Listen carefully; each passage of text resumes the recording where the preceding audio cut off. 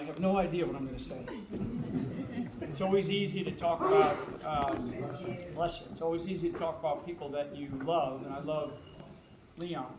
And Leon and I and his family really only got to know each other for the last couple of years. I want to tell you some other things before just talking a little bit about Leon.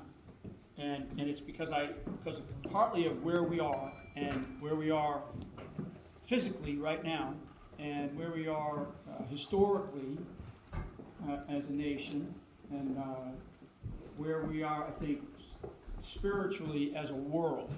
Okay? And I think that this is really, and I tell this in different ways to different audiences and to different people based on, who people are or what the audience is or, what the size of the audience is sometimes. So, because we're in a very historic place, but I tell this, and I'll say this because this is going to be a very difficult race. But I think it was like Abraham Lincoln lost like 8 races before he won the presidency, right? And but Abraham Lincoln also said it was like 1838 or 1839. It was well before he became the president, well before the Civil War. He said that no enemy will be able to take a drink from the Ohio or a step on the Appalachians and defeat this country. That our demise, and I'm paraphrasing a little bit, but he said, he did use the word demise. He said, our demise will come from within, and it will be due to our own, in his word, suicide. Okay?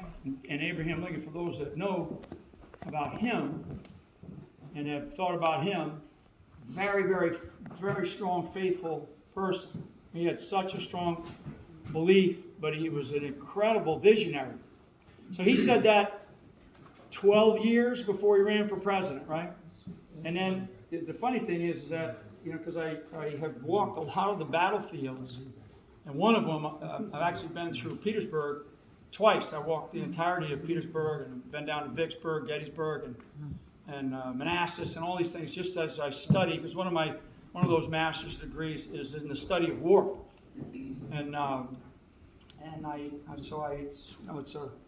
it's interesting to me because I've written one of the books I wrote was it's called The Field of Fight, and I talk about war as the normal behavior in human history, and peace is really the aberration. And people that don't know it, they go, you're crazy. But actually, our country's been at war, for a long, long time. I mean, we still are. We still have forces over in Iraq and this sort of quasi thing, and Syria. Just left 20 years of Afghanistan and retreated. So, during the Civil War, which is really important because when we try to compare like things of our country to things that happened in the past. As though we're just going through another cycle. And that's my big point here tonight with you all, is that this is not a normal cycle that we are in. Okay, this is definitely not. Okay? When we say, we've gone through the Revolution, we've gone through the Civil War, we've gone through World War II, we've gone through all these tough times, we'll get through this and everything will be fine, and we'll have another election and we'll be all happy again. The markets go up, the markets go down, all these different things, right? So, when Lincoln was about to go through the second campaign, right? He's running for president again during the middle of the Civil War, and things weren't looking good. And there was a lot of people at the time that said, "We're going to go ahead and we're going to split this country apart." And what Lincoln needed was a victory.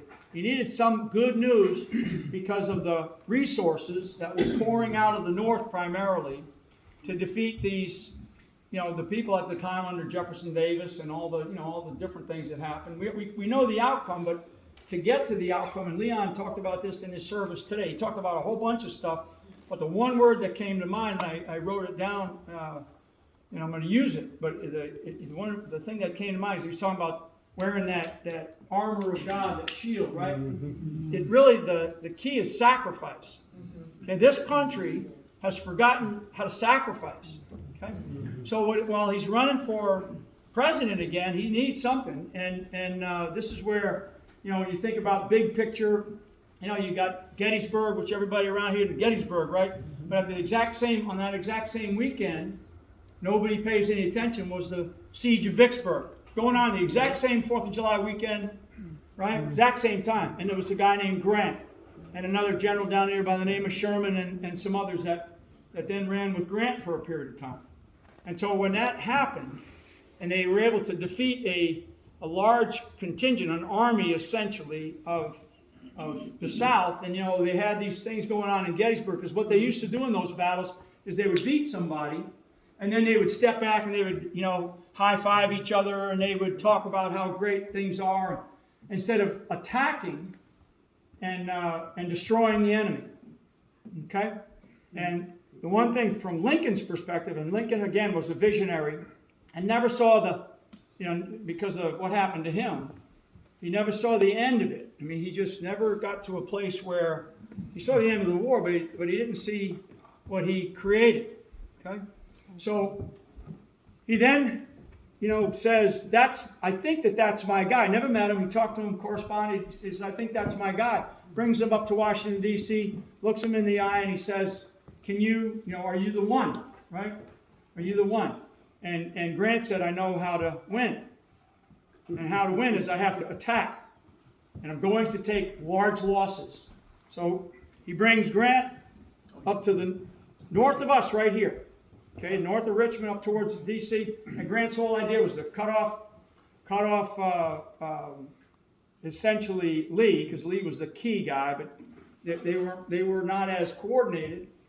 And then Sherman during that time, was down there in the South, and he's burning Atlanta, and our country has completely flipped around. Okay, it's completely flipped around. If you ever want to read a really good letter in the heat, the absolute most dire moments of warfare, read Sherman's letter to the elders of Atlanta the night before he ended up going in and basically effecting the destruction of Atlanta. He wrote this beautiful poetic letter saying, I'm here for peace. So they, long story short, they'd say, nope, go pound sand, and that was that. And so all this kind of came together at a moment where, where they ended up effecting the surrender, destroying the army of the South, and we never, after all of the things that happened, we still didn't get it quite right. Because people forget that this country is an experiment in democracy. They were a constitutional republic, but we're an experiment in democracy. We are a nation that is constantly experimenting with these freedoms and these rights and these privileges and the values and the principles that we have. We're constantly experimenting with them. Why? Because we're changing all the time. We got, after World War II, we had 150 million people after World War II. So the previous thousands of years on this continent, when we counted everybody in 1950, we had 150 million people. The next census that was taken was in 2010. Okay, and when we took that census, we had over 300 million people. So in 150 years or 2,000 years, we come up with 150 by 1950. In a very short period of time, in a 60-year period of time, we doubled as a nation. That's change. And in order to have that kind of change, in order to affect that kind of change, you have to be able to adapt and change the kinds of things that we hold dear. Okay? And what we did, this is where I get a little bit mean or ornery. We, as a nation, one of the things that we have forgotten, this is where the spiritual component comes in. Because this nation was founded on Judeo-Christian principles and values by imperfect men primarily. Imperfect. Okay? After World War II, we were, this rising power, and we have all this greatness, all this beauty, right? And we basically took God for granted. We took faith for granted. This is very, very important because our nation is a nation based on faith. Okay? If you study the Bill of Rights and you study the Ten Commandments, those are promises that we make to each other. Those two documents are promises that we make to each other. The fulfillment of those promises are in the Constitution and the Bible. So if you study our Constitution and you know anything about if you read the history of this country, especially at that moment when they were developing this thing, it wasn't developed on a 3-day weekend like we are having right now, right? It was developed based on sacrifice and struggle. Okay, and they'll say, there's been plenty of history books written. You read the Federalist Papers. I've taken the time to read the letters from a husband to a wife, right? From the founders to their wives, to their spouses, and the spouses writing them back to their children. It's fascinating stuff when you read it. Because what I want to know is, why are we the way we are? Because I was raised as in a tough Irish Catholic family, and my father, World War II, Korea War veteran, and tough, retired as a sergeant from the Army, and he taught us the golden rule, right? Treat others like you'd like to be treated. Yep. And, and I've gone through a lot in my life, not only in my military career, but in this sort of persecution. And instead of, going, woe is me, and wringing my thumbs, or circling my thumbs, or whatever, or wringing my hands, I began to reflect on what is going on. Because I know that my plight is not a woe is me plight. It's intentional. Okay? Because the intentionality of the direction that this country is being taken is very, very, it's very intentional. And you don't need, I don't want you to think for a second that this is just some cycle that we are going through, and we can overcome this. If you study the Bible, and I really have. That man has taught me more about connecting our Constitution with the Bible. And that's why when I first heard him speak, I was like, man, that's a guy that gets it. He understands where we're at. And so when you think about that, these are that fulfillment which are found in those documents of the promises that we make to each other. It's like the promises that you make when you're going into a long-lasting relationship. Okay? You make these promises and you try to keep them. Again, we're always imperfect. Always don't ever forget, don't ever think for a second that humility is it's one of those sort of things to maintain, especially for young kids, right? It's humility. It's like probably one of the most powerful characteristics that somebody can have. Because when you think, well, that person, they're kind of weak. No, that's not a sign of weakness. It's a sign of strength. So I want people to understand that when you think about God, because this has everything to do with what I'm talking about. The other, and I use this phrase jokingly because I told some young man here tonight that's running for Senate. I said, I don't want to hear you say my colleagues on the left. They're not your colleagues. They hate this country. Okay? Jesus chose Israel biblically.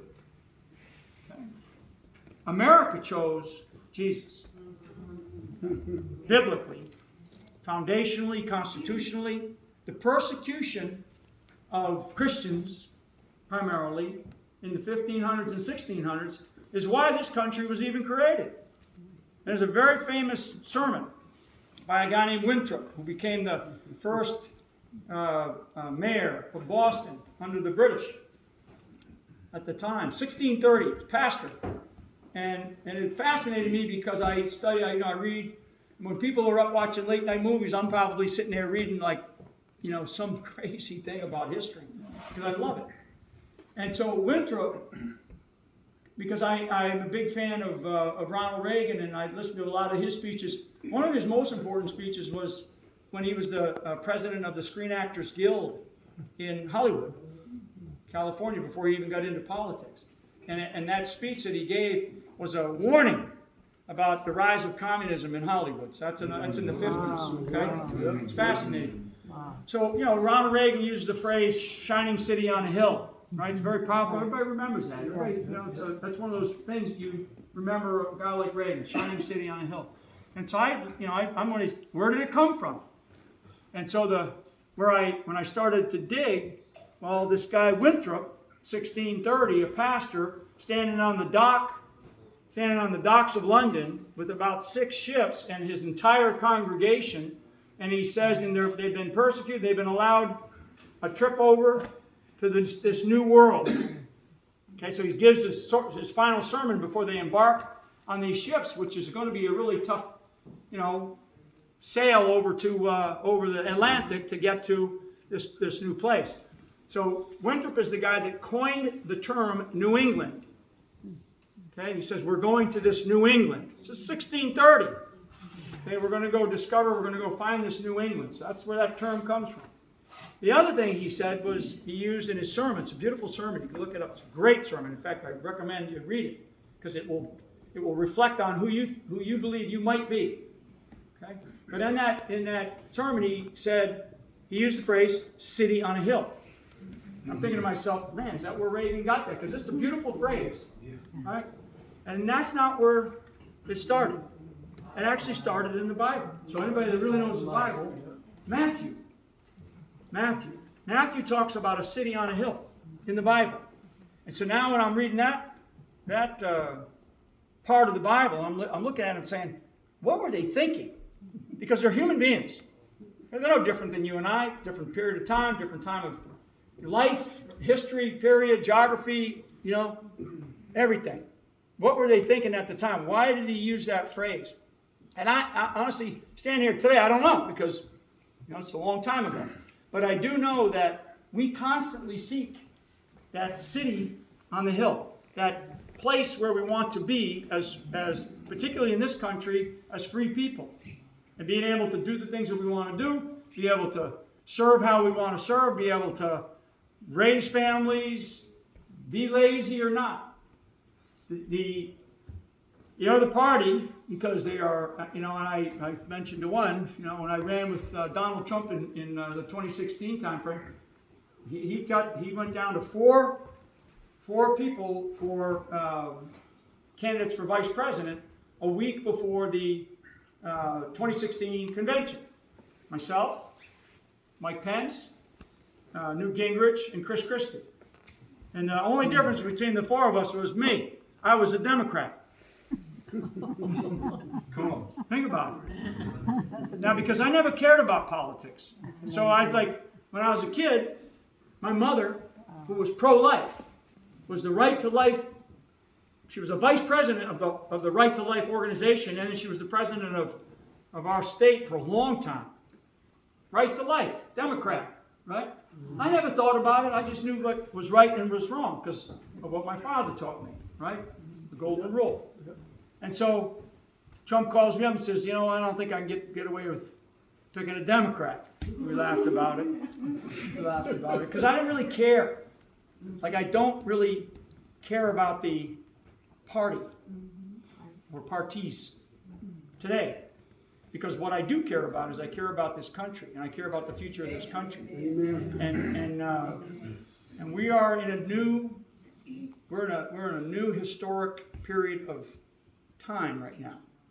And so I want people to really try to understand how, because my message to you, it's like Leon has heard me say some of this stuff before. He's decided, and it's not that, because there's others in here that have decided to get involved, to serve. But it's like, my message to you is, how do you serve? How are you going to serve? What is it that you are going to do? Okay? That's my sort of request. And today, it's almost a plea. It's almost a plea. I'm pleading with people. Because we cannot have a country without a citizenry who is involved.